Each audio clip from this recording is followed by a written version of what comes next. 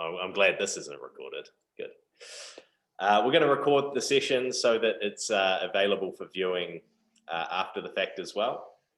So I just wanted to welcome you guys. This is the first time we're doing an open teaching like this. We're all having to adapt to Corona life and all of the changes that makes for it. So at the moment, the school is in lockdown, and we aren't providing in-person teaching, but we want to be still fulfilling our dream and our vision for what we are as a school, which is about equipping people to have a solid faith, to be able to read their Bible, to have encounters with Jesus, to then go out into their communities, into their worlds, to do what it is they're called to do and to make a difference.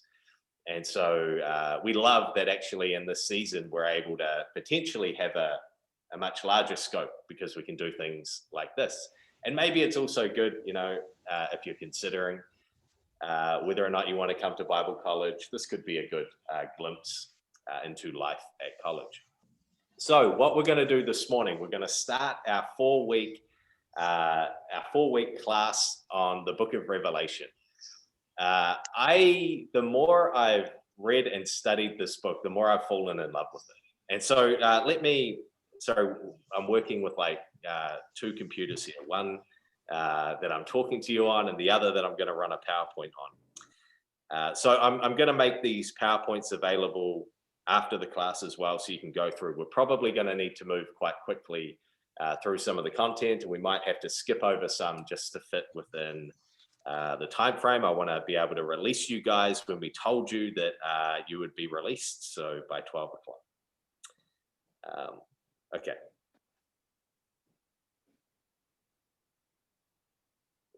Is that coming up for everyone?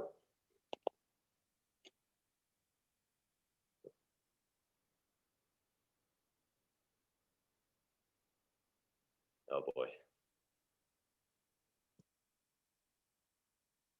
Okay, here we go. All right. It's a smooth, well-oiled machine. So we're in this course on the book of Revelation, and the more I've studied it, the more I've read it, the more I've fallen in love with it. But that hasn't always been my relationship or experience with this book. And it might feel like a bit of a strange book. If you're going to pick any book out of the Bible to do a 4-week study on, the book of Revelation might not be your first pick.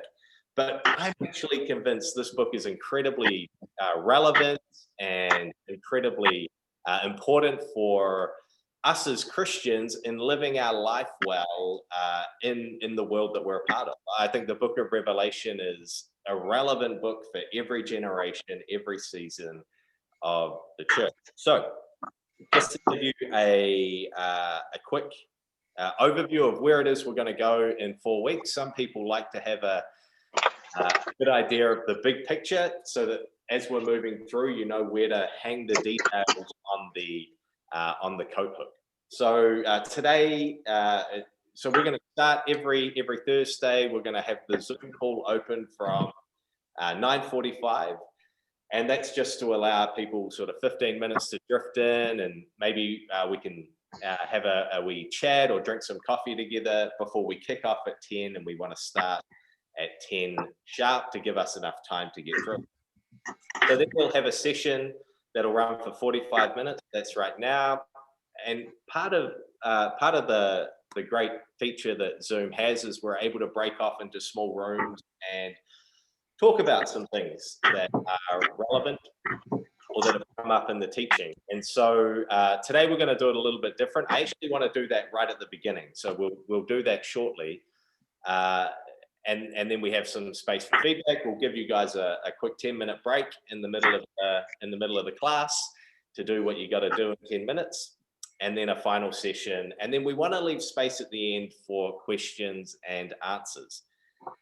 So make sure, so probably there won't be a lot of room in the teaching to put your hand up or to ask a question, but make sure you use the chat feature that's here.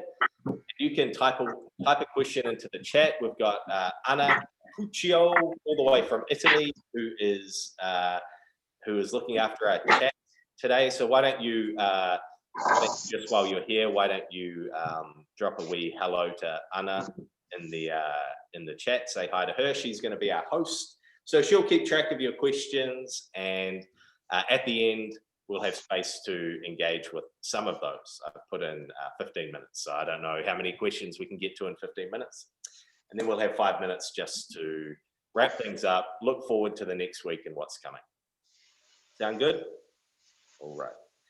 If you're interested in what has informed the teaching, informed my reading of the book of Revelation, these are some of the key books that have had a real impact in how I read and how I understand this crazy letter at the end of your Bible. So we have a book called The Climax of Prophecy, which is all about understanding how you read books like Revelation, how you interpret them. G.K. Beale, he is sort of the go-to guy if you want a really good commentary on Revelation. This is his shorter commentary. It's still 700 pages. So that gives you an idea of how long his longer commentary is. And then a couple more books there.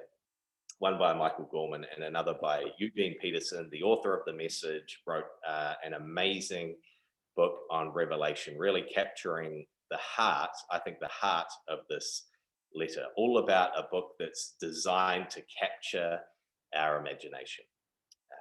Awesome. So here's what I want us to do. I want us to get into some breakout rooms. So Anna is going to set those up for us now. I think, Anna, if we have 3 to 4 people in a breakout room, I don't know how many we have on the call at the moment. We're just going to automatically assign breakout rooms. So I hope you don't hate who you're in the breakout room with. If you do hate them, this is a great chance to practice Christ-like love. Okay, that's good. It's all about discipleship. These are the questions that I want you to be thinking about or talking to each other about. We'll have around 10 minutes, 15 minutes to have a discussion.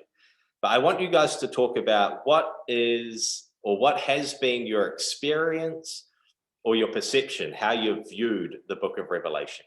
I was talking with someone yesterday who I said, hey, are you going to join in with our Zoom call today to look at the book of Revelation?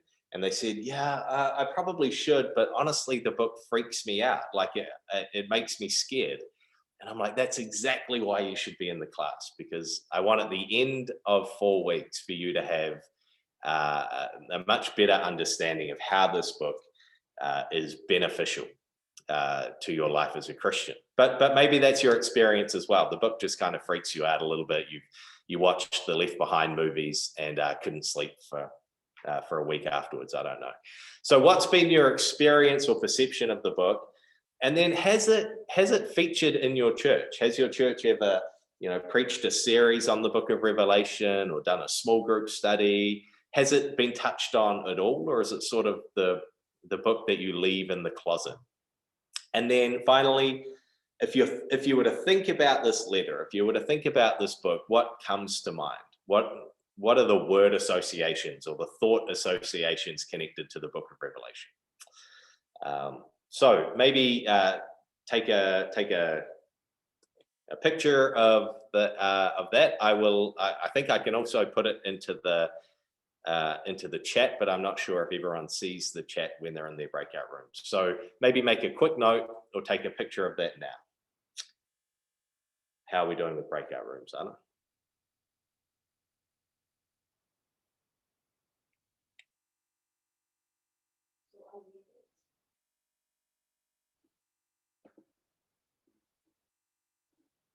So we'll take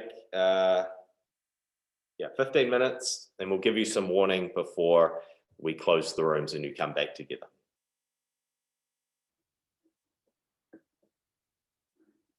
So does everyone have an invite to join a room? Yes.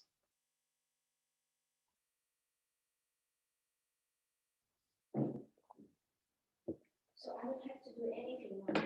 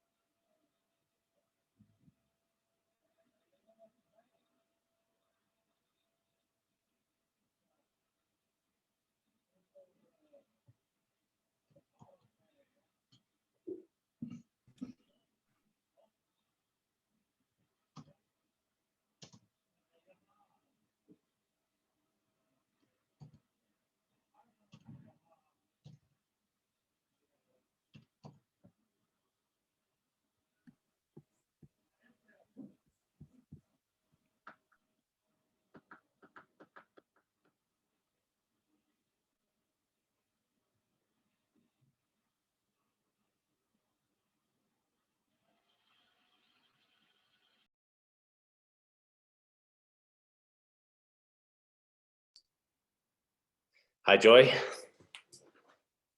And Joanna. So at the moment, we've just, normally we'd do this a little bit later in the class, but we've just split people up into breakout rooms to discuss kind of our initial thoughts, our initial perception of the book of Revelation before we start to dive in and unpacking it. So I don't know, you guys might have an invite to join a breakout room. Feel free to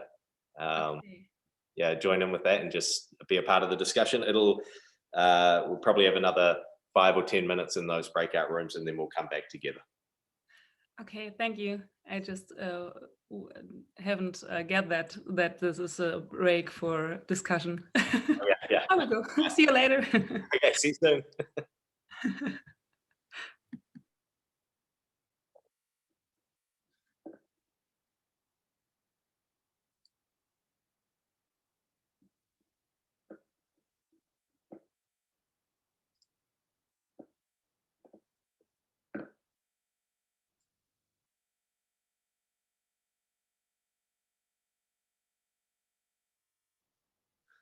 You might be able to, can you pause the recording?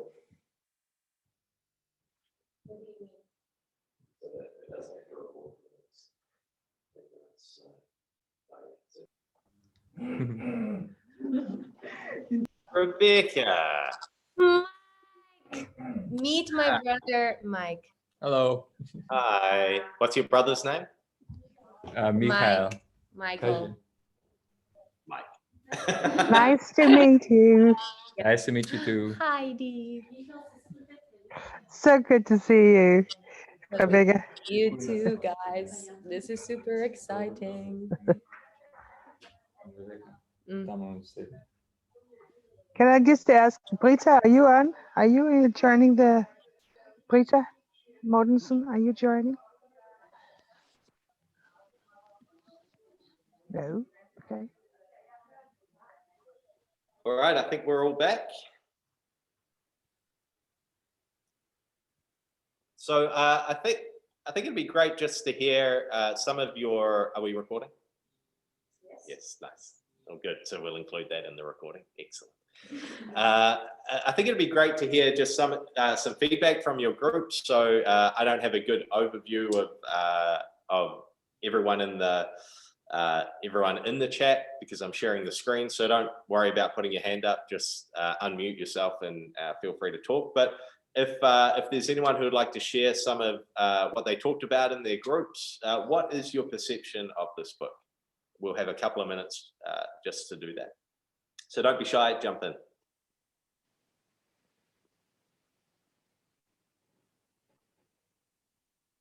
So, in our group, it was we mostly talked about, I think, how the book is many times because of Hollywood and movies and stuff like that is misinterpreted. And sometimes we just miss all the promises that are written in Revelation. And that what is to come, of course, is Judgment Day. And it sounds scary, but also there's so many promises of no more sickness, no more pain, no more sadness. And it's actually a beautiful book. And it also reveals, as Josiah said, it's not the end. It's just a revelation of what's to come. And it's actually beautiful. Yeah, The thing that's to come. awesome. Yeah. Anyone else?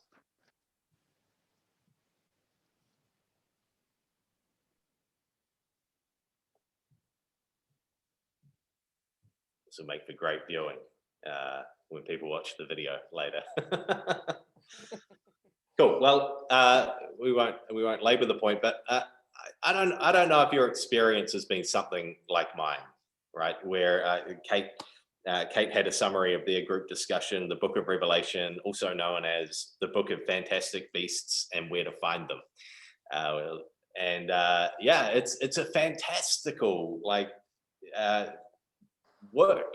It's full of incredibly rich and vibrant imagery, and it can be a little bit overwhelming when we first open the book and read it. But I just kind of wonder if these were some things that came to mind, that ultimately this book is a book of hope.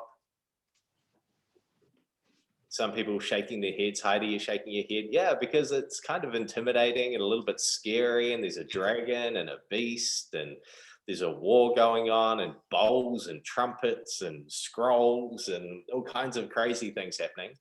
Ultimately, this book is a book of hope. And I wonder if you thought about it being a book all about faithful discipleship. John says again and again, whoever hears and does, and his encouragement to the churches, come on, stay true to the message, stay true to Jesus, stay true to the gospel. Actually, it's a book about worship. This book, out of all the books in the New Testament, maybe even all the books in the Bible, apart from Psalms, perhaps, is the book that's the most saturated with songs of worship, of praise, of pouring out, declaring the worthiness of God. It's a book that has inspired so much art and music. In fact, I've got a playlist on Spotify, which is all worship songs inspired by the book of Revelation. You might be amazed at how many of the worship songs you sing in church or have sung in church are actually lifted straight out of the book of Revelation. And ultimately, this is a book to set your imagination on fire.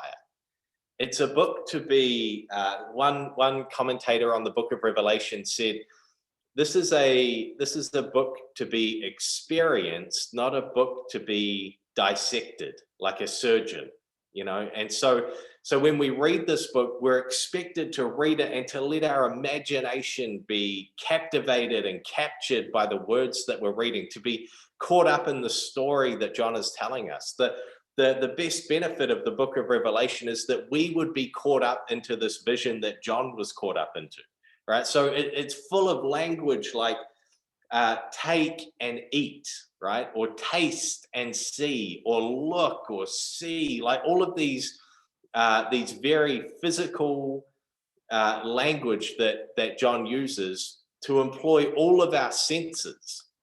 He wants us to see something. He wants us to taste and to smell and to touch something. So it should be a book that captures it's a very sensory, like it should engage us and capture us in some way.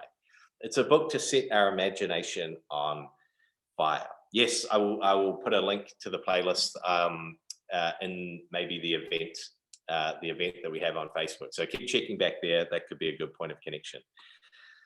I just have a couple of central thoughts on the book of Revelation. These will be like anchor points for us as we move through studying this book. This hopefully we'll keep coming back to this, and it should keep us anchored as we study this. The first is that how you read or teach or preach Revelation will have an impact on yours and other people's emotional and spiritual well-being. So some of us, I'm sure, in the Zoom call today and maybe watching later, have had the kind of experience of Revelation that has affected you and makes you not want to go back to the book. Because I said in the promo video, Revelation is one of those books in the Bible that people don't find themselves in a middle ground on it. You either obsess about it and only ever read it. You're like the guy who has all of the things plastered on his wall and lines drawn from here to here, and you've plotted out the timeline for the apocalypse, and you know the date that Jesus is coming back, and you either like really obsess about it or you never read it, and it's very polarizing. So just to be aware, actually how we read it affects us. And I actually think there's a really good way to read it, and I want to develop that as we move through these weeks. The second point that's really important is that Revelation isn't about the Antichrist. That's not the primary focus of this book. It's actually about the living Christ. This is a book all about Jesus. And it's not about a rapture out of this world. That might be a whole other class on its own to look at the rapture. But it's not about reading Revelation and getting this picture of being removed from the world. It's actually all about how do I be a faithful disciple in the world. It's often we have this picture of Revelation. It's very otherworldly. It's future. We're looking forward to a time where God would rescue us out of this fallen world, but that's not the heart of Revelation. The heart of Revelation is, how can you be faithful in the world? How can you be a person of the gospel in the world? And then thirdly, why should we study Revelation? I don't think we study Revelation to create a timeline for the end times. We study Revelation to get to know Jesus better. These are the three key anchor points that have grounded me in this study, and that hopefully will ground this course as well. So I just want to share a few quotes from biblical scholars looking at the book of Revelation, and maybe it captures something in you as well.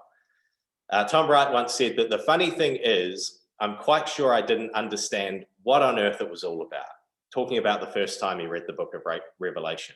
But I can still remember the explosive power and beauty of it. The sense that the New Testament I held in my hands had a thunderstorm hidden inside of it that nobody had warned me about. I just think that's a wonderful description of this letter. Eugene Peterson, he said, everything in the Revelation can be found in the previous 65 books of the Bible. Revelation's something like 404 verses long, and it has something like 520 or 518 references to the Old Testament. This is a book that is deeply, deeply, deeply rooted in the story of Israel and in our story as well. It's the book in the Bible that has the most reference outside of itself. So there's actually nothing unique in the book of Revelation. Everything in there is found in the rest of the Bible. So the Revelation adds nothing of substance to what we already know. The truth of the gospel is already complete. It's revealed in Jesus Christ. There's nothing new to say on the subject, but, Eugene Peterson says, there is a new way to say it. And so I read the Revelation not to get more information, but to revive my imagination. That is the power of Revelation. It says old truth in a new way, and it wakes us up. It shocks us. We hear it differently. Gregory Beale, again, the guy who wrote the commentary, the tragedy in the church is that Revelation has been interpreted with an obsessive focus on end times. And we've missed the fact that it contains many truths and encouragements about the Christian life and discipleship now. Honestly, this is the biggest value of this letter. I'm going to keep hammering it for you. The biggest value of this book in the Bible is not that it gives you a glimpse into the timeline of the end times. The biggest value is that it encourages you and gives you clues for how to live a faithful discipleship life now. And then Eugene Peterson, finally, the power to wake us up is the most obvious use of the Revelation. And we're going to unpack exactly what that looks like. So I already feel the pressure of time, so bear with me. Make use of the chat. Put down your questions or write them down on a notepad to ask at the end of class. But if anything comes up that prompts you or you want to understand it a little bit more about it. Okay, where do we start? Well, the first thing we have to do, every time we open a book of the Bible, we have to ask the question, what did this mean to the original audience? See, the author of this letter, or the author of the Gospels, the author of any book in the Bible, they were a specific person in a specific situation, writing to a specific audience and answering a specific question for them. So, and the Holy Spirit inspired them, flowed through their words. So yeah, absolutely. This letter written, 1900, 2000 years ago, is relevant to us today, and the Holy Spirit can speak to us today. Absolutely. But it was first written to people in the 90s, AD 90s. And so we have to ask the question, we have to understand the original audience.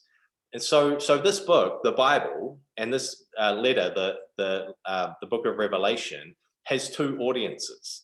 Or you could talk about it has two horizons, right? The first horizon, or the first audience, is people in AD 90 and their situation. And John is writing to speak into their situation. The second audience is us today. Our job is to understand how the original audience understood this letter, and then we have to figure out how to cross the bridge into our setting. So we start with the original audience. That's what I want to do today in this class, is all about sort of understanding the original, the first horizon of this letter. Before we then get into looking at what this means for us today, I want us to have a good picture of what this letter meant in its time, and how to cross the bridge with what we find there. So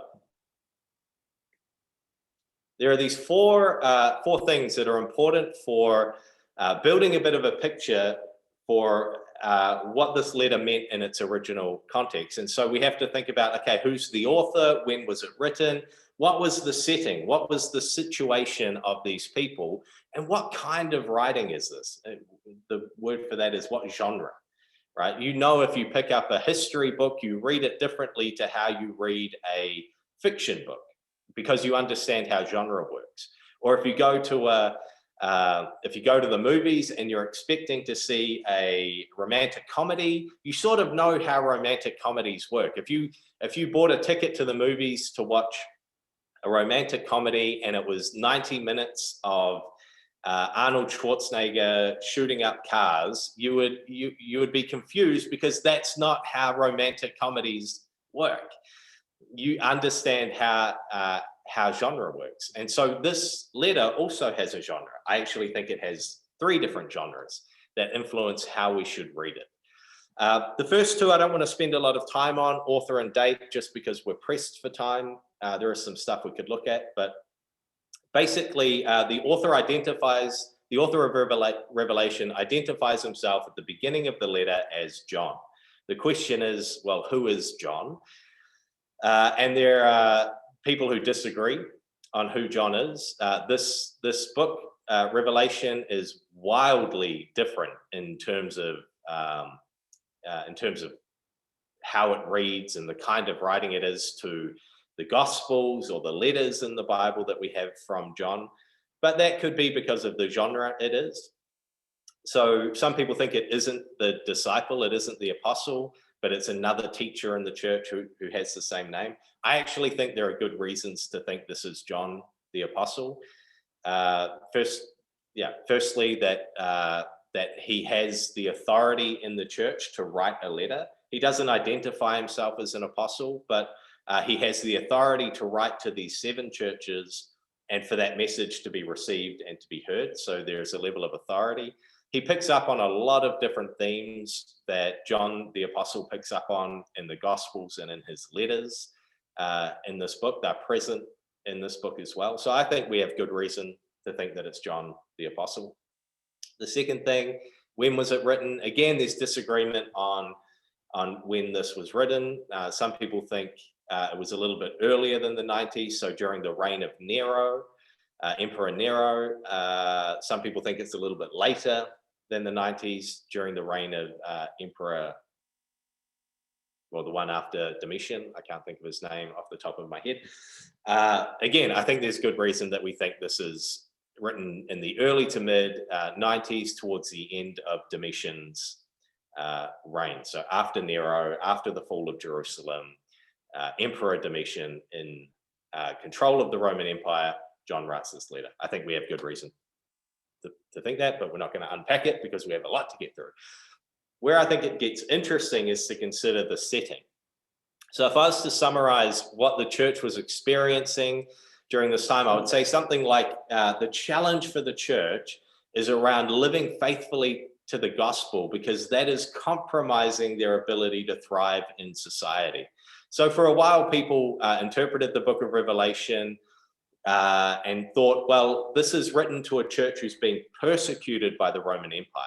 But the more people have studied and thinking of the time that it was written, the church probably in this time isn't experiencing persecution like it's going to experience persecution. Later on in the Roman Empire, it experiences severe persecution. But at this point, probably the challenge for the church is not about the persecution that it's facing, but about the challenge to compromise their faith, or the challenge to accommodate their faith, to make those compromises. Suddenly, this gospel that they heard and they believed in, suddenly being faithful to it is making life difficult in the empire. So because choosing not to eat certain foods or go to temples or buy meat from the marketplace, whatever it is that the conviction of their faith is causing them to behave in a certain way, they're finding that is making life difficult in the empire. And so the challenge for them is, man, do we compromise on our beliefs, or do we stay true to this message, even if it makes our lives uncomfortable and difficult? So let's look at that just a little bit more. So being a Christian in the first century was a very different experience, right? That I think that goes without saying, is very obvious. But they faced issues like, can we go to the pagan temple to do our banking? So they didn't have separate banking institutions. If you wanted to do some banking, you had to go to the temple to do it. Again, they didn't have butcheries you could go, or supermarkets. There was no netto in the first century to go and buy your meat. You had to go to the temple. I know, Heidi, it's amazing. You had to go to the temple to buy your meat as well. And so for the Christians, they had to ask the question, can we do that and still be faithful to Jesus? And can you imagine what it would be like in life if you had a conviction like, I can't go to the bank, or I can't go to netto? Suddenly that makes your life a lot more difficult. And you have to think, man, am I going to compromise on this issue? Can I justify doing these things? Or am I going to take a stand and my life is going to be difficult? And then if they went to sporting events, there would be, or public events, there would be an expectation that you acknowledge the sovereignty, the kingship of the emperor. And we'll look in a minute. That's more than just acknowledging his authority, it's declaring his divinity, right? So suddenly, man, I can't go to the bank, I can't go to netto, and I can't really be a part of these public things. And so I'm not going to rise up in status, and life is just going to be a bit more inconvenient for me. So they had to ask the question, do I continue to live like any other citizen of Rome in the first century, or do I refuse to do that? So the book of Revelation is challenging. This is what I mean. It's challenging an issue that is relevant for us as well. Can we just add Jesus onto our life and then go about doing everything we used to do anyway? That's the thing John is speaking to in this book. And ultimately he says, no, you can't. This decision you made to follow Jesus has upended. It's disrupted your life. So those who refuse to participate in pagan or non-Christian practices and who then confessed that Jesus was Lord, they disrupted society and created conflict, right? So they ended up being harassed, or they would be excluded from social practices. They might even be investigated by the officials. I mean, John is writing this letter. He was exiled onto an island because he was too disruptive about Jesus. So he has to live out the rest of his days in exile on an island. There's another disciple, another person at this time who John would have known, who was killed for his faith. It's probably not that common, but it's happening. And so I think there are some questions there around like, well, what would we do in that situation? But so many were tempted to avoid the fate of John and Antipas, who was this guy who was killed for his faith, and to live lives that don't cause waves. Yeah, this is a book relevant for today, right? Is my faith gonna cause waves in the society, or am I just gonna go with the flow and not cause any disruption? Is my faith gonna be a private thing, or is it a public thing that may cause waves? Richard Bauckham writes, he says, it's not simply because Rome persecutes Christians that Christians must oppose Rome. This is a big theme in the book of Revelation about the people of God opposing Rome. And in the letter, Rome is not referred to as Rome, it's referred to as Babylon, right? The city of sin, essentially, or the empire that destroys. So Richard Bauckham is saying it's not because Babylon is oppressing the people of God, or not because Rome is oppressing the people of God, that they have to oppose it, but rather it's because Christians have to remove themselves or disassociate themselves from the evil of the system. And as a result, they're going to suffer persecution. They're going to suffer inconvenience in their life. This was a massive issue for the church in the first century. Gregory Beale says, John's readers live in a worldly culture which makes sin seem normal and righteousness appear strange. Now, that doesn't sound like today at all. John writes because he perceives that there is a real danger that the churches will conform to what are considered the normal values of the world system rather than to God's transcendent truth. This is the challenge of the book of Revelation. Come on, will you look behind the society that you're a part of, the culture you're a part of? The beauty of Revelation is it takes the mask off the system and exposes it for what it is. So for John, what he's doing is he's writing to these people, and the Roman system looks great. You know, it's thriving, it's prosperous, it's advancing, it has great achievements and sets up, you know, great infrastructure throughout the whole world, aqueducts and roads and wealth and prosperity. And it looks good on the surface. And John says, it looks good, but if we take the mask off, what's behind the mask? Well, there's a beast and there's a dragon, and it's oppressing the people of God. Okay, so that's the setting. A group of people who have decided to follow Jesus suddenly find themselves where their faith is not easy. It makes a demand of them. Living in the society that they're a part of is difficult now. What are we going to do?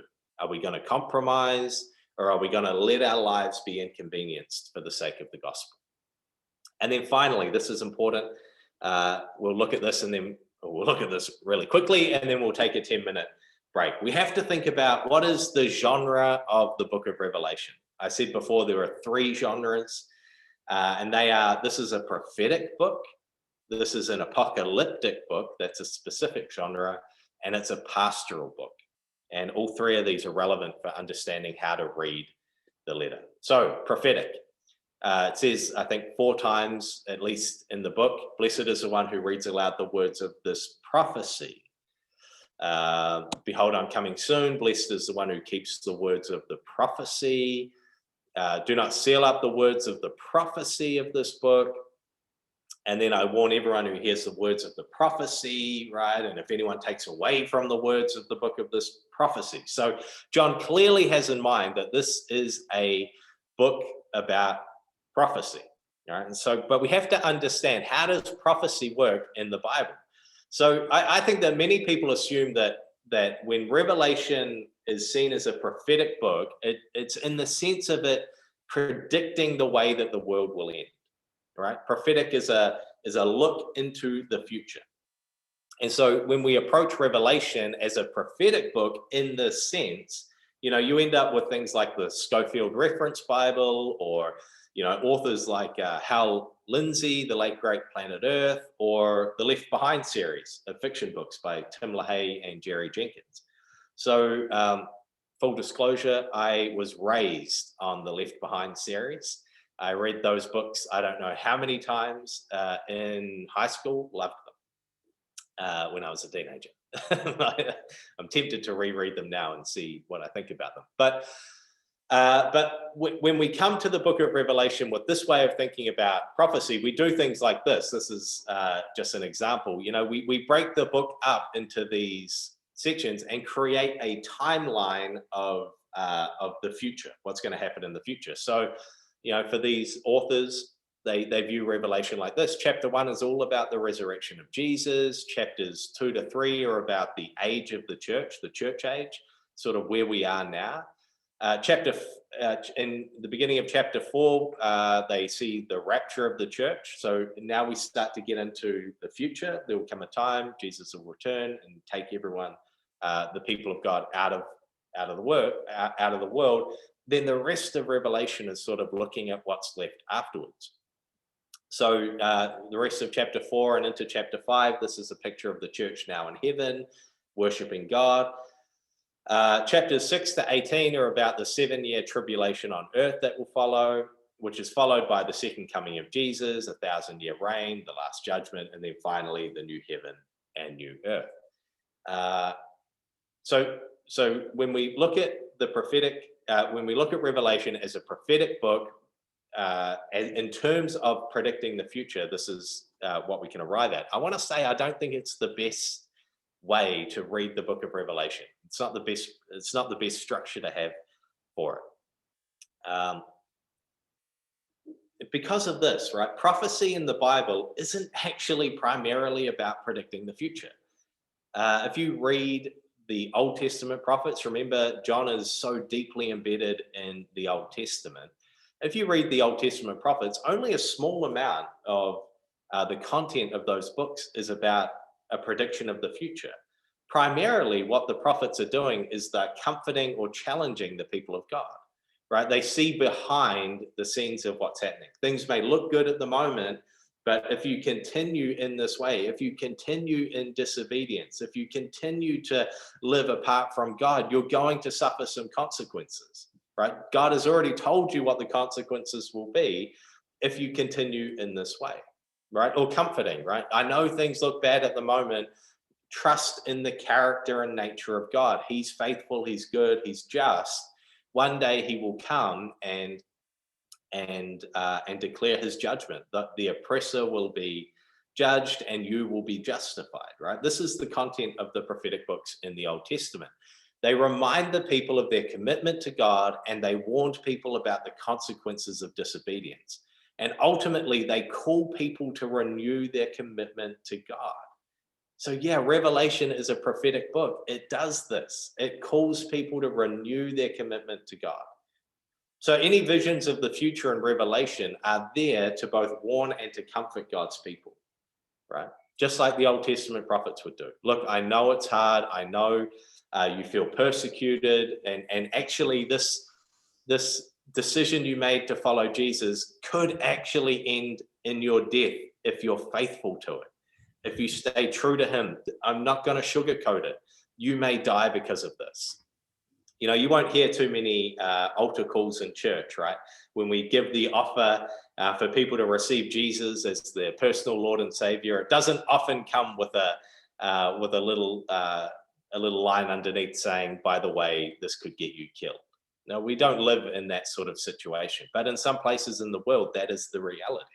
Man, if I make a decision to follow Jesus, I'm saying I'm willing to die for this. Anyway, that got heavy. So it says things like, you know, despite how things are looking at the moment, God is good and he will one day bring an end to all evil. Imagine this, John, 90 years old or something, living on the island of Patmos. He's going to die there. He's got no friends around him. He's there on his own.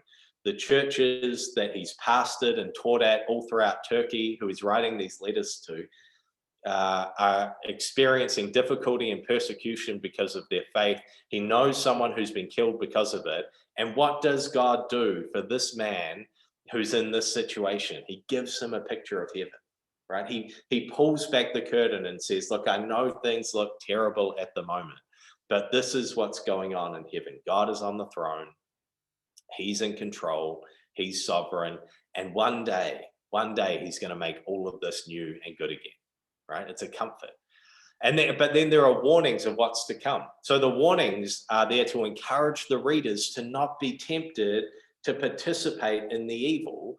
And instead he exposes it for what it is. It's like I said earlier, it's an unmasking, right? Don't be a part of the system. Don't, it might look good and there might be prosperity in it. And yeah, if you go to the temple and if you engage in all of these social practices, your status will increase. You will have a better reputation. You'll be promoted in your job and you'll rise to levels of power, and all of that might be good, but you will have compromised your faith. And there's a risk to that you won't ultimately end up getting to enjoy the benefit and the blessing of what's coming.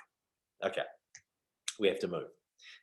So apocalyptic, this is the other genre. Apocalyptic just means unveiling or revelation. So it's similar to prophetic in that sense. And John isn't the only person who writes in this genre. There are elements of the apocalyptic genre in Daniel and in Mark, and also actually in some other writings that were around at the time, although they aren't in our Bible, but they were written around the same time. So the Shepherd of Hermas, the Apocalypse of Peter, First Enoch, and Fourth Ezra. all contain elements of the apocalyptic. And the apocalyptic genre is kind of coded language. It's resistance language.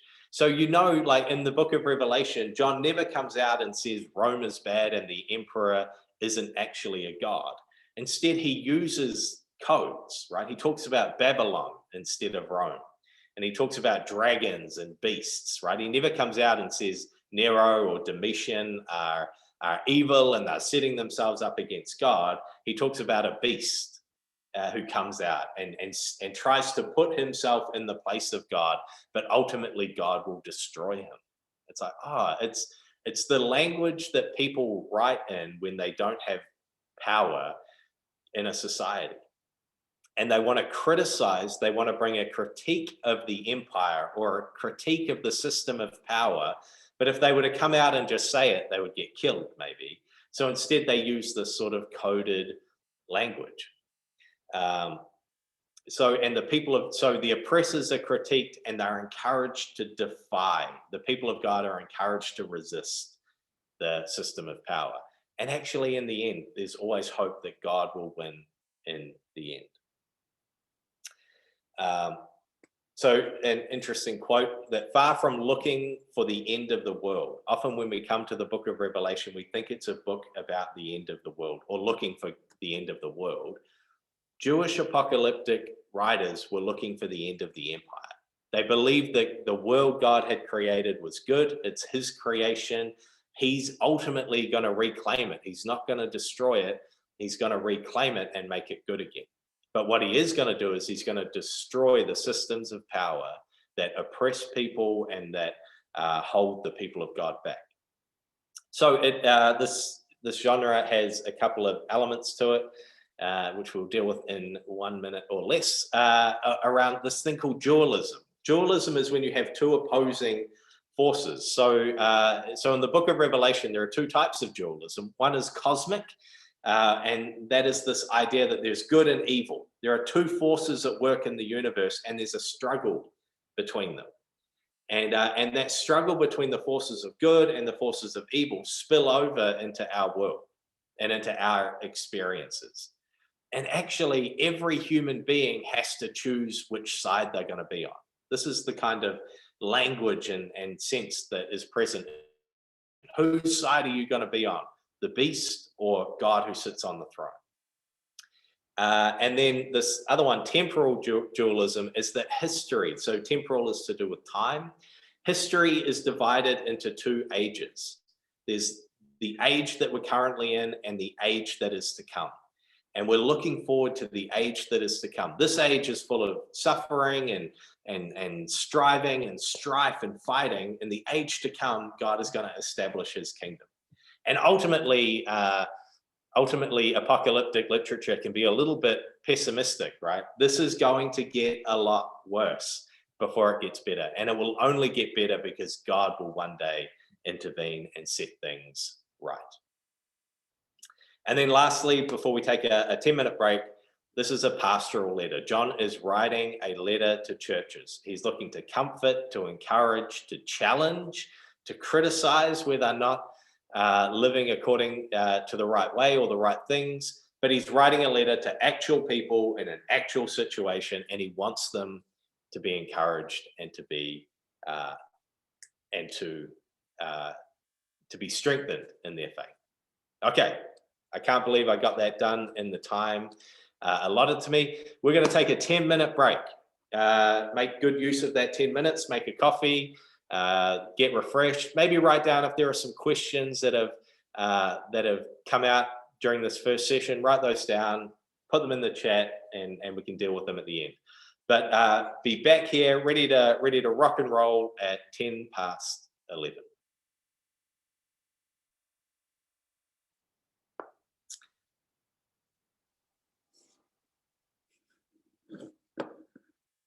And then we'll leave some space for questions and answers at the end, and then a little look forward to next week. So 30 minutes is not a lot of time. I will try my best to figure it out. So let me just share my screen again. Are we recording? Are we recording, Anna? Yes, Oh, you're amazing. All right. So here's the question that I want to ask just for this last 30 minutes. How should we read the book of Revelation? How should we read it? What are some things we need to know, or what are some ways that we need to approach this book? And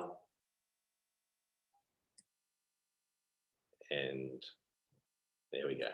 I think there are these that there are different ways of reading the book of Revelation. I think one of the ways that we can read the book of Revelation is as a worship book. It's a hymn book. It's a book all about declaring the worthiness or the worthship of God. So no other New Testament book acknowledges the worthiness of God more powerfully than the book of Revelation. It should catch us up in worship. I'm so looking forward to unpacking chapters 4 and 5. This amazing picture of what worship looks like in heaven right now, right in this moment. Heaven is just crowded around the throne of God, pouring out their praise. And so it's an incredibly powerful book. So this phrase, "you are worthy," occurs all throughout this letter, or "holy, holy, holy," just declaring the praise of God. Worship of God and worship of the Lamb, Jesus, is totally central to this book. Again, when people, like, if you play word association games, what's the book of Revelation about? It's like, oh, judgment and tribulation and a dragon and a beast. No, what's the book of Revelation about? It's about worship. It's a worship book. And worship is ultimately about allegiance, right? Who has my loyalty? And so will the church join with the rest of creation and proudly proclaim, "Holy, holy, holy is the Lord God Almighty"? What's the decision the church is going to make in this season, in this moment? Again, profoundly relevant book for today. Come on. So it's a book of worship. It's actually also a book of blessings. So 7 times there are these 7 blessings that are referred to in the book of Revelation. Blessed are those who hear and who keep. Blessed are the dead who die in the Lord. Blessed is the one who stays awake. Blessed are those invited to the marriage supper. All these 7 blessings. Now, something that John does a lot in the book of Revelation is he uses numbers to make a point. So for John, numbers and the significance of numbers are how he buries theological meaning into his letter. Now, you can go down, it's called numerology, I guess, the study of numbers in the Bible. You can go down some pretty weird places with numerology. Sometimes numbers are just numbers, okay? There isn't always meaning behind them, but in Jewish thinking, numbers can contain significance and theological meaning. So John seems to use 4 numbers in particular to with some significance behind it. He uses the number 3, the number 4, the number 7, and the number 12. These are numbers that repeat and have some meaning attached to them. 3, he doesn't really use consistently, like there isn't a consistent meaning behind it. The number 4 is often used to signify creation or the whole world, right? Something to do with the world. He talks about the 4 corners of the earth, the 4 winds. There's something to do with creation. The number 7 is all about fullness or completion, right? The all of something.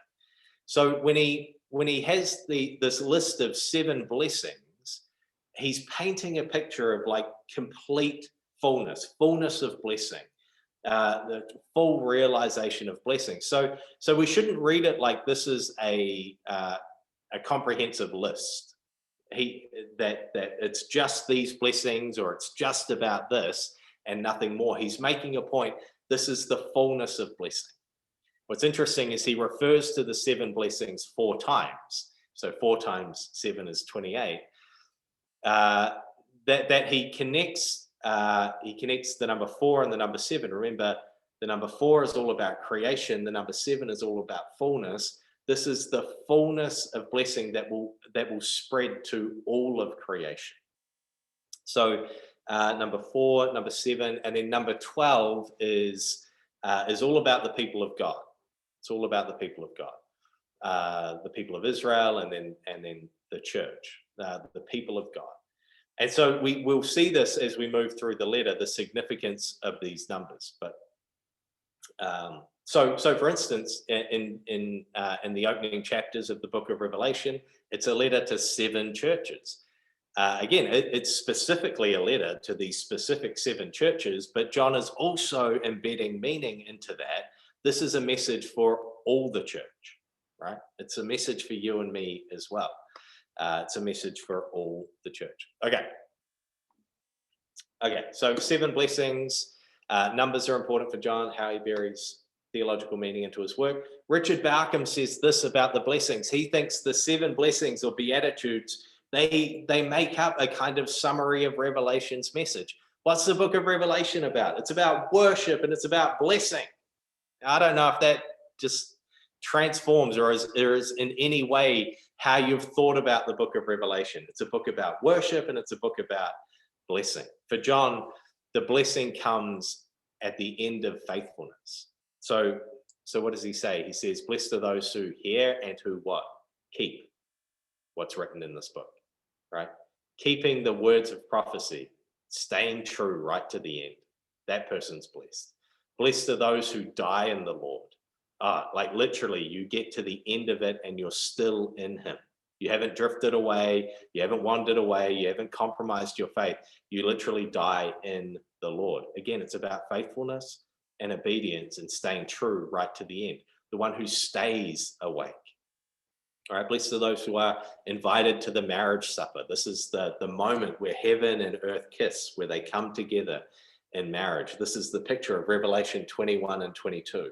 Blessed are those who get to go to the marriage supper, who get to be at the ceremony, right? Who stay right to the end. So for John, it's all about obedience and staying. You hear the message of the book, you stay faithful, and you respond with obedience. That person is going to experience a totally blessed life. You're going to experience the blessing of God, the full blessing of God. Okay, so it's a book about worship. It's a book about blessing. It's actually a critical book as well. It offers a critique of something. So we all live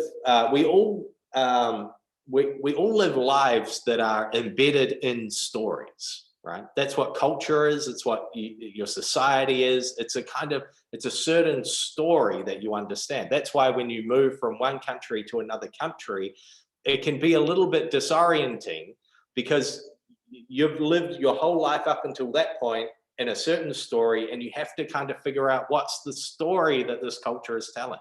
I have to learn a whole new story. And so there are all kinds of stories that compete for our loyalty and our attention. And Revelation is criticizing one of the most harmful stories, which is all about human power pretending to be divine power. This is a very real thing for the church in this day. So Revelation in its original context is a parody and critique of the Roman Empire. Coming back just quickly to this thing about numbers, you know what's really interesting? So for John, the numbers 3, 4, 7, and 12 are significant. They're all to do with kind of God's purposes and his plans. Numbers that are connected to the beast and the dragon and anything to do with evil, John makes a massive effort to avoid using those words in any kind of connection with 3, 4, 7, and 12. So things like the dragon are mentioned something like 13 times or 8 times, right? So it's one off, or the beast is mentioned 8 or 6 times. It's like it's almost this number of perfection. It's almost this thing connected to God's purposes, but it falls short or it overshoots. He's making a point. These are parodies of the real thing. They're what's the word? Imposters. They are trying to replicate what is really only God's authority and God's dominion. So he's critiquing the power of the Roman Empire and the worship of the emperor that was common.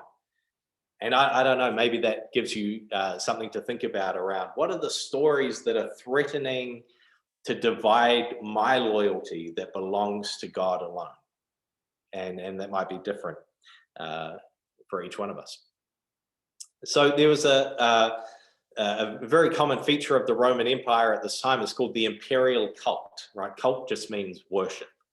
Cultic practices, worship practices. So the imperial religion, the imperial cult. So there were a lot of temples, idols, rituals, and claims that honored the emperor. So the emperor was worshipped in the Roman Empire. Temples were places where people gave thanksgiving and prayers to the gods for the safekeeping of the emperor and his house. And often there would be parties and festivities in celebration of the emperor's birthday or his victories or when he ascends to power. And so he ends up being worshipped as the divinely ordained ruler of the empire. Now, we don't live in a situation like that. No one thinks, Meta is in some way divine as Prime Minister of Denmark. I hope not. But this is the situation of the early church in the first century, that they lived in a culture that worshipped their leader, that worshipped the emperor. And actually saying anything different to that would make life difficult for you. So to say that Jesus was Lord was to say that Caesar or the emperor was not Lord, and that was problematic for the early church. So this Roman poet, Statius, writing about Domitian, who was the one who was ruling when this letter was written, said this about him: at Jupiter's command, he rules for him the blessed world. Right, so who's the emperor? He's the one who rules in the place of Jupiter, in the place of the gods. He has divine authority. He's the ruler of the conquered world. And they use language like this: he's the world's sure salvation. He's the blessed protector and savior. So can you imagine how difficult it would be to be a group of people living in this situation and instead making a competing claim? It's not the emperor who's the savior. Let me tell you about the savior. It's Jesus Christ, who came and you crucified him on a cross. That's the savior of the world. That's the ruler of the world. It makes life problematic, but it's also a criticism of the empire. That's why the apocalyptic genre is so filled with metaphor and symbolism and codes, because you can't just come out and say that. You have to paint a picture that removes the mask from the empire so you can see behind. You think it looks good. It's actually an ugly beast or a dragon. So Revelation makes claims about who is truly God, and it challenges the popular view of the world, right? Rome is not the golden age of peace and prosperity. Rome is actually Babylon, the enemy of God's people, the one who oppresses. Okay. So then how should we read the letter? Coming back to this question, how should we read the letter? G.K. Chesterton, who was a British theologian and writer, said, although St. John the Evangelist saw many strange monsters in his vision, he saw no creature as wild as one of his own commentators, which I think is salty. It's a little bit sarcastic, but sometimes the scariest things about the book of Revelation are the people who interpret it. And then Martin Luther said, some have even brewed it, the book of Revelation, into many stupid things out of their own heads, which that lines up with kind of how I think of Martin Luther as being a somewhat angry man. So what we do with this letter is important. How we read the letter in order to really understand it and to arrive at some good conclusions about it is important. And actually, there are ways of reading it that distort the truth and the meaning within it, and we don't want to do that.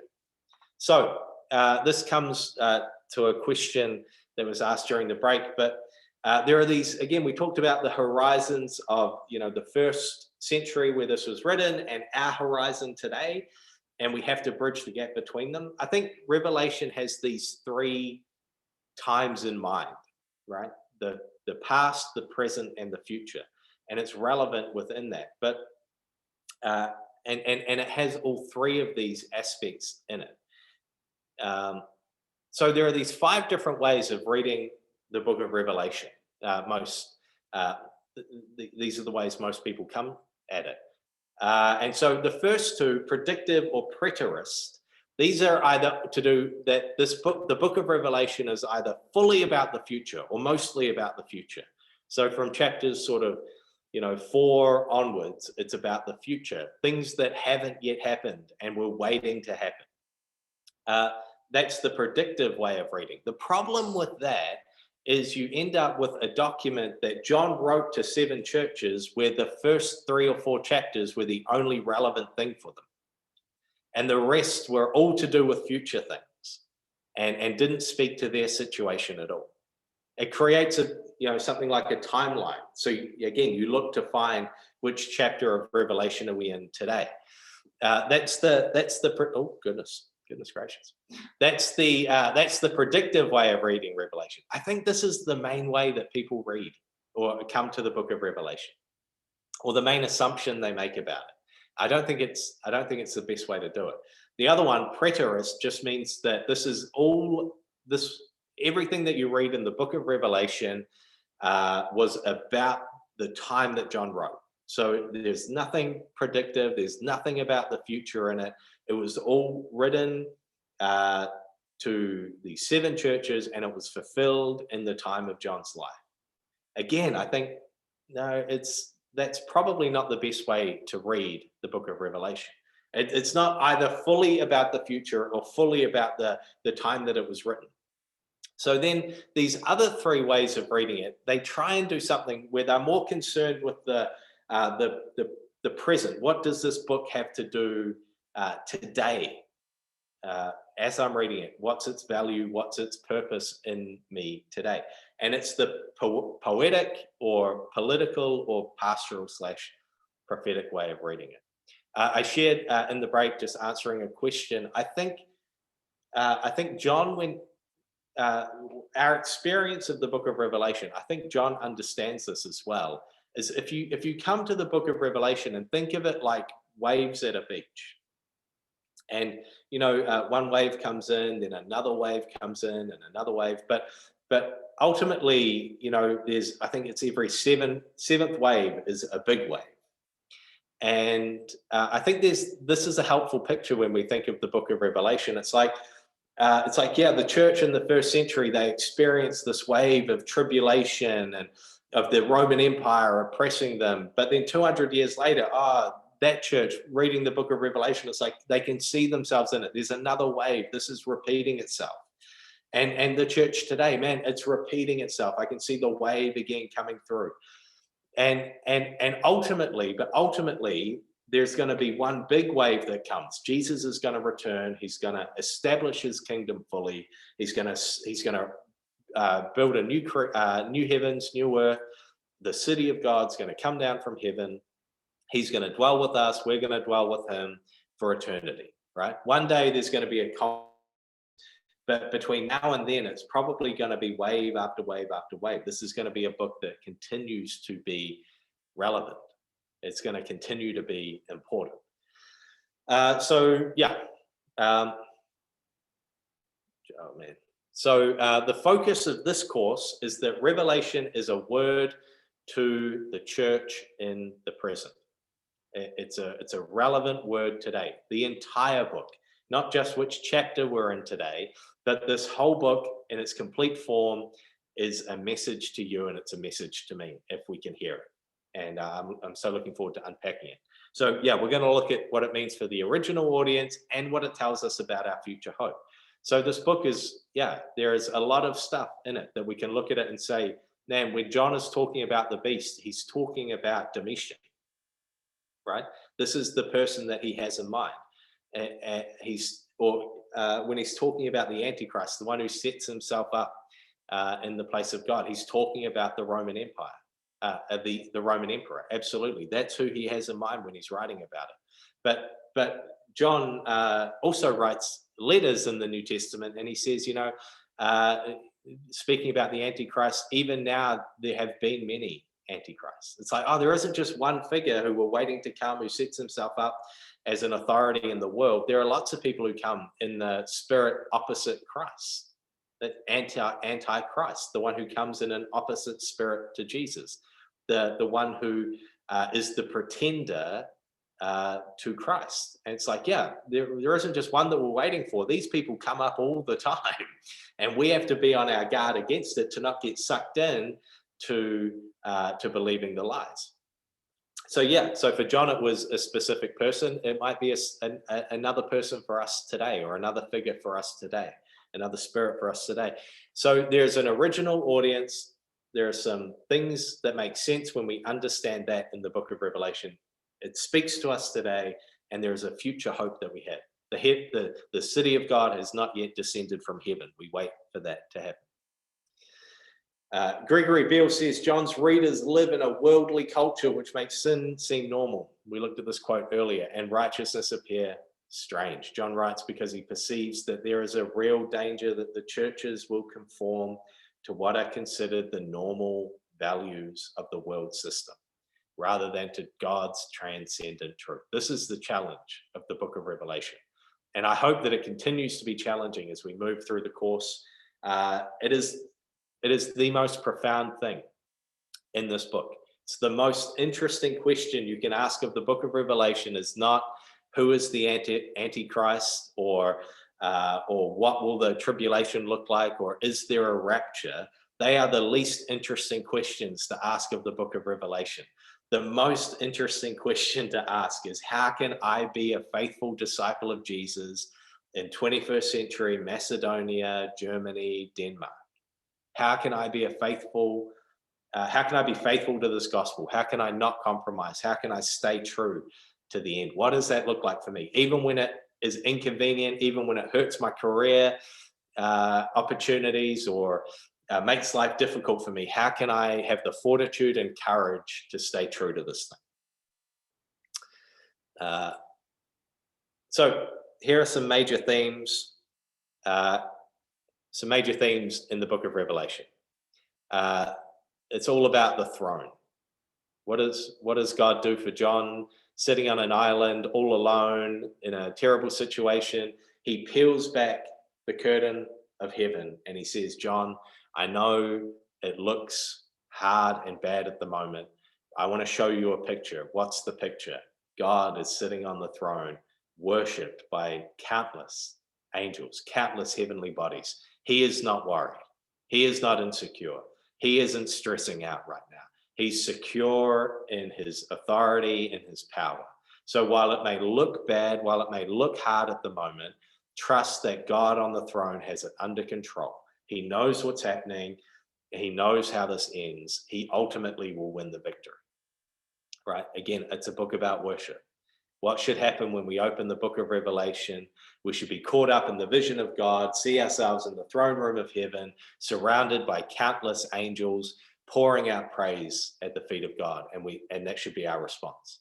I fall down on my knees and I worship him. Another theme in the book of Revelation, the reality of evil. Evil is a thing that exists. Empire that seeks to set itself in the place of God and to oppress people, and evil, they are present, real realities. It's not fantasy, it's not a lie. This is true. And what we often need is someone to remove the mask from something that looks good so we can see what it really is underneath. And that's the benefit of this letter. Another theme is around the temptation to idolatry, the temptation to worship or to give our allegiance to something other than God. Actually, the church isn't immune. That's one of the things that stands out in this letter. John writes, and next week we'll look at Revelation 1 to 5, and we'll look at the letters that John writes to the churches, but he offers a challenge and a criticism to them. Oh, you lost your first love, right? You're compromising. So idolatry, none of us are immune, none of us are safe from it. We have to continue to do heart checks, to look inside and see where our loyalty has become divided. Fourthly, it's around the call to be faithful, right? That means resisting the things in our society that are evil, that are that set themselves up in the place of God, to resist that, to refuse to participate in it. And it may mean, this is what John says, it may mean that you end up suffering as a result of it. Man, are we willing to be so committed, to buy in so completely to Jesus and to the gospel that our life could be inconvenienced? It could mean real danger, depending on where in the world you are. This decision to accept Jesus as your savior could actually cost you something. I know we talk a lot about it being a free gift that you don't earn. Absolutely, you don't earn it, but it might still cost you everything. And then finally, fifthly, worship and witness. There is a different way of living in Christ. There is a different way of life that we're called to embrace. And the result of that may be that you end up challenging the empire, challenging the culture that you're a part of. But how you worship and how you live is a witness to the reality of the kingdom of God, to the reality of Jesus as the Lamb who conquers over everything. And then finally, judgment and salvation. So we'll spend a whole morning looking at chapters 6 to 20-ish, which is the kind of judgment section in the book. But there's judgment and there's salvation. God takes evil and injustice seriously, and one day he's going to return to judge and to save. For us, the theme of judgment, I don't know about you, but I remember growing up and thinking, man, one day I'm gonna die and I'm gonna stand before the throne of God and the judgment seat of God, and I'm going to be judged for my life. And the picture I have is this picture of like standing there, and there's just a countless crowd of people and a big LED screen behind me that plays my life from birth to death and everything, just everything, an uncensored look at my life. And I'll have to stand there while this plays and everyone sees, and I'll be exposed. And that's what I would think of when I would think of the judgment of God. But the judgment in the Bible is received as good news by the people of God. And it will have been received as good news by the people who received John's letter, because it means that God is going to come, the righteous judge is going to come, and he's going to hear the case, right? He's going to hear the case, and he's going to judge who's right and who's wrong in this situation. So for the church that's oppressed in this moment that John is writing to, the hope is that one day God is going to come and he's going to declare that Babylon, the Roman Empire, for these people were unjust and wrong, and he's gonna balance the scales. Where there was oppression and pain, he's gonna pay it back. And so God takes evil and injustice seriously, and injustice deserves a response. Evil deserves a response. Oppression and causing pain to others deserves a response, and God will bring a response. He's going to return to judge and to save. So these are just to give you a picture of the major themes of this letter. And then before we finish, man, I've impressed myself. I want you to remember these things. As we move through the book of Revelation, these are the things that are most important. The central picture, the central image in Revelation is the Lamb that was slain, Jesus. So this is the thing that it is all about. It's not about the Antichrist, it's about the living Christ. It's about Jesus.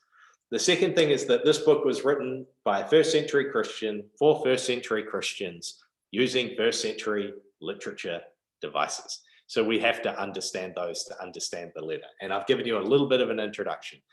I will make these PowerPoints available. So if you want to go and find those books that I said were helpful for me, they deal with them in a lot more detail, and you can spend a lot more time studying them in your own time. The third thing that's important for us to remember is that this book reveals and makes clear. This is a big theme that occurs throughout the book, God revealing and explaining things that are unclear. So it's not a book that confuses. And so hopefully by the end of this course, you'll have a different relationship to Revelation. If it's been a book that's confused you in the past, it makes clear, it doesn't confuse.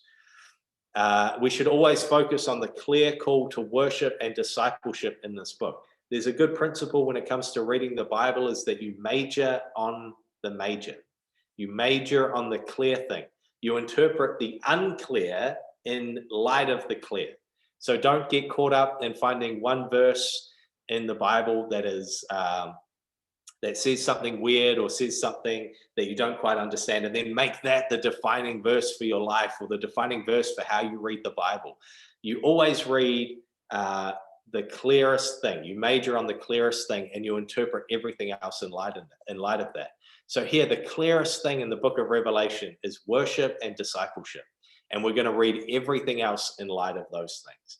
And then finally, the overall framework of the book of Revelation is about hope. And we're going to hang everything else off of that. Okay. It's not a book about fear or a book about judgment. It's a book ultimately about hope. That's going to be the hook that we hang this letter on. Okay. I did it. I got through and on time. So what we're going to do now, thanks, Rebecca. What we're going to do now is open up and have space for question and answers. Oh, that's good. And I'll give you, so yeah, just to say, I'll make these PowerPoints available maybe in the event page on Facebook. I think I can do that. Otherwise, if someone else has a different suggestion for how to do it. And so you can find the PowerPoints there. And then maybe at the end of the course, I'll collect all of the PowerPoints into one document, and then you can have the whole document. Yes. And so in time for next week, maybe just as you're thinking about some questions you'd like to ask, in time for next week, I just think it'd be great for you to read. Well, here's a couple of things for you to do. The first would be to read the book of Revelation. Maybe you've already done that in preparation for today. Do it for next week if you haven't done it. Try and do it in one sitting. So again, it's a letter written to churches. It would have been read out loud. If you can listen to it, that's also a great way to do it, or read it out loud. It's a book to be heard and experienced. Okay, try and do it in one sitting. And then maybe also make some time in the week just to read Revelation chapters 1 to 5 a little more closely, or a little more slowly. That's what we're going to look at in time for next week. So it'd be good to have you familiar with those chapters at least. Whew. Cool. We'll take a breath. And again, we will have the recordings available as well. I talk fast, and maybe not all of you are used to my accent, so you might want to go and re-listen. Yeah. So do we have any questions? We've got some time to take questions. 10 minutes, 15 minutes. Again, feel free just to just unmute yourself and start speaking. I can't see everyone. Yeah, Mike, I'm just wondering when you'll tell us when Jesus is coming back. It's well, I'm kidding. spoiler alert, it's 2027. So it's not that long, is it? Yeah, There's there's a interesting thing I sometimes think about it, just to maybe help other people also think about it, is I was like you, Mike, is thinking, the judgment day, and everyone is like, everyone will see what I did wrong and all this stuff. But then if it's good news to the Jews, they also did many things wrong. Then I need to think about it that way. Well, I know what a joker I am and what mess I do every day. But if it's good news to the Jews, then you can be the one God says you are the good one, though you are the bad one. Yeah. That's just a thought. Like, I know that I make a mess every day, but still God will tell me I'm the good one because of my heart, or because of I believe in him. And just that thought. So the key for John and God, I think, in the book of Revelation is not that you never make a mistake, but that you get to the end of your life still in the race. It's not that, you know, that you never, that during the race you don't stumble or fall or trip over something. It's that you get to the finish line still running the race. So for John, every time he criticizes the church, it's not because they've made a mistake. It's because they're heading in a trajectory where they're going to get out of their lane. They're going to leave the race. So for John, it's like, no, stay in the race, get to the wedding supper, get to the end, be obedient, die in the Lord. Like, it doesn't matter if at some point, I mean, it matters, but it's the big issue is not that at some point you left the race. It's, we'll get back in it, stay in it. So for John, you receive the blessing, you receive the judgment of righteousness by staying in the race and finishing still in the race. Yeah. You might detour along the way, but get back in. There's a question in the chat. Yeah. from Kate. Oh, yeah. So Kate's asked a question in the chat. You spoke about the three genres, apocalyptic, prophetic, and pastoral. Are there passages with clear examples, or do they overlap each other throughout? Yeah, I think you probably could split the book up into three chapters, three genres. It'd be a little bit messy, but again, coming back to that idea that Revelation is a book to be experienced, not a book to be dissected. So I think they overlap. These themes are present. So the third genre, that it's a pastoral letter, that's just that's the whole, that encompasses everything. It's a letter written to churches. So John is pastorally encouraging and challenging them. That's the nature of it. And that's clear in the first three chapters. It's very specifically about that. And then the prophetic and apocalyptic, these are just elements, that these are tools or devices that John is using throughout the whole letter.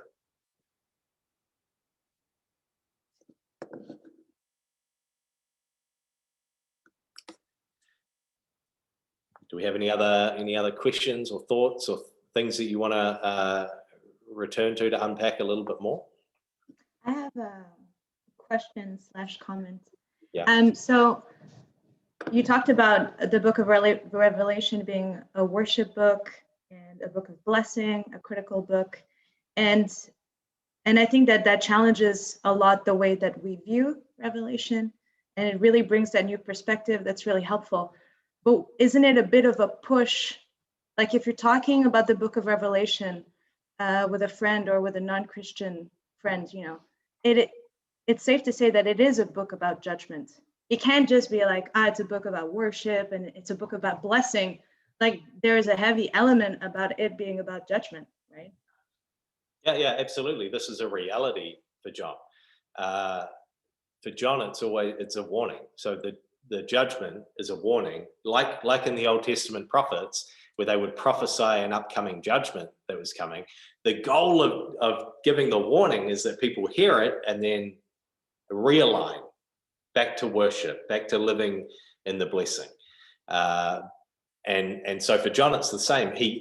When he goes on at some length about the upcoming judgment, it's to prompt the church to recommit again to faithfulness, to stay in the race. So yeah, there are absolutely elements of judgment.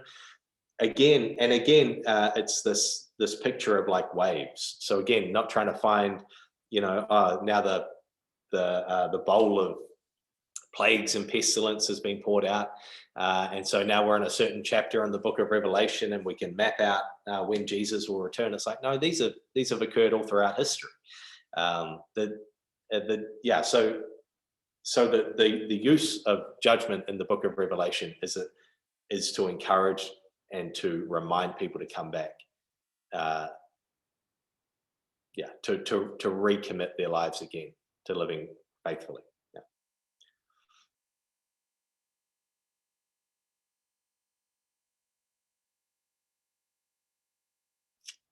Anything else? Any other questions? See, this is what happens in class as well. People think if we don't ask a question, we can get out early. But we don't. I just stand there awkwardly for 10 minutes. All right. What do you think about the Roman series of Tim LaHaye and Jeremy Jenkins? Did you read them? And if I would say, hey, I really like them and I really think they are very true, what would you answer me? If that Which would be your series? opinion. The Left Behind series. Yeah, that's what it. Now I know what you're talking about. I don't only know them in German. Oh, right. So, and they have a whole other name in German. So. It's been a long time since I've read them. I remember really enjoying them. Here's the thing. I think, but that was in high school. I don't know how they stand up in terms of fine literature today. I'm tempted to reread them again. I think here's the thing. I don't mind a good story if I can read it as a good story. So if you like the Left Behind series as a story, then good for you. And I read lots of stories that aren't true. I don't think the Lord of the Rings literally happened, but I think it's a great story. I think it's one way of approaching the Book of Revelation, but I don't think it's the best way. I think it's doing the predictive thing, right, where you're trying to map out. So maybe that's a little. Maybe I'd even want to be heavier, because I think that the danger in books like the Left Behind series is they're not just presenting themselves as a fun fiction book. They're presenting themselves as an interpretation of biblical truth. They're presenting That's true. They're presenting an interpretation of theology and insinuating, not saying that this is literally what's going to happen, but there is a sense in which that is happening as well. So I think they can be a little bit not dangerous. I don't want to be dramatic, but they certainly influenced me in how I thought about the end times and how I thought about the Book of Revelation. And I don't think that was altogether wholly positive. I had to do a lot of unpacking of that way of reading Revelation later in life. Thank you. That's good. I have a question. Yes. Are we going to have time during these sessions to tackle the issue of evil? And just its presence. Why is it here? How is it here? All that. I think that's a great topic. I don't know. I already, this was a class that I taught over, I think, 8 or 10 weeks 2 years ago. So I've already had to condense it into 4 weeks and something like 6 hours. So there's been a lot of trimming already. We may touch on it. I don't know. We may see if this kind of open teaching thing is a success and people enjoy it. Maybe we continue on with it past the Book of Revelation. Maybe we do one on evil and suffering, and those tricky questions as well. I think that's a super interesting topic. I don't know if we'll be able to devote a lot of time in this one. All right, and just one more thing. Sorry. Secondly, you mentioned one of those comments made by one of the scholars about how there is no new information in Revelation. It's actually to revive imagination and picking up on a lot of stuff that was already in the other 65 books. Are we going to have time to dig into those echoes or those references? Bridging it with past scriptures. Well, maybe we could. Maybe I could see if I could either find an infographic about that, or collect that information and put it into some kind of table, because I think it is really interesting. I think it's the most saturated New Testament book in the Old Testament. So it's a book in the Bible that the Bible would be complete without it, in one sense, because pretty much all of the material in there is found in the rest of Scripture. So the benefit of the Book of Revelation is how it presents old information. I think it'd be interesting to see all of the references, or all of how John So the interesting thing is he doesn't often just pull quotes out of the Old Testament, but what he writes is linked or connected, or he's repackaged or pulled the essence of, the book of Daniel or some of the Old Testament prophets and repackaged it in a way. So he's absorbed, you can tell that the author of Revelation has been absorbed in the story of Israel and in Israel's scriptures, and has then produced the book of Revelation out of that situation.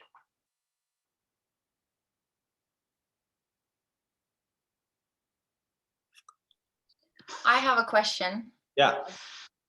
It's a question going off one of your reflection questions on whether the book of Revelation has been featured in your church. And I think in my breakout group, the consensus amongst the people going to a Danish church was that it hasn't been featured, or it's rarely featured in church. Why do you think that is? Probably especially in the Western churches, like in a church like Denmark. And why do you think that would differ from like a church in Lithuania or America, where I think there's more teaching on it? Why do you think specifically in Denmark and countries like Denmark have such a hard time, or it's rare to see that teaching in the churches?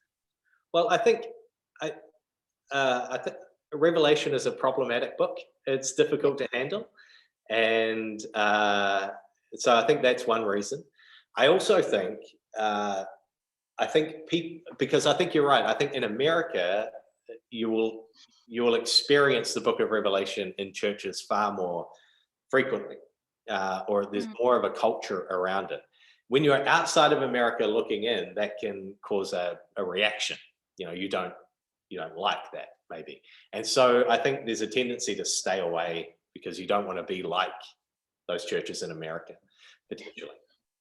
But I think I think the reason that, because in my experience as well, it's not you don't often have a preaching series on the book of Revelation like you might have on James or the Gospels or something. And I think it's because it's a problematic book. It's difficult. We don't have a lot of contemporary. We don't live in a world where apocalyptic writing is normal, and we understand how to read and hear it. And so we have to do a lot of work to figure that out before we can then really engage in it. So it's in some ways a very otherworldly book in the Bible. It's not the one that feels most comfortable and connected to us. We understand letters, we can understand Gospels, but the book of Revelation is a different category altogether. So it could be that, and I think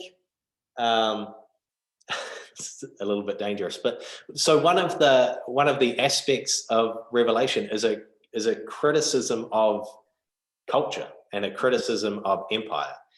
And speaking as an outsider into Danish culture, Danes have a high level of trust in their government and in their society, and a resistance to criticism, especially outside criticism to Danish culture or to a Danish system.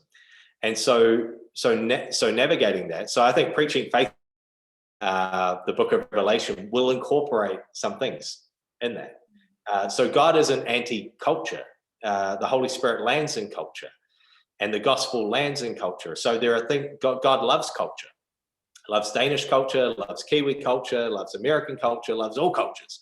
But he also challenges culture. So, we're not looking, the kingdom of God won't be an extension of Danish culture or an extension of Kiwi culture. It'll be an extension of God's culture. And there will be points at which that connects in with the culture we're familiar with and know.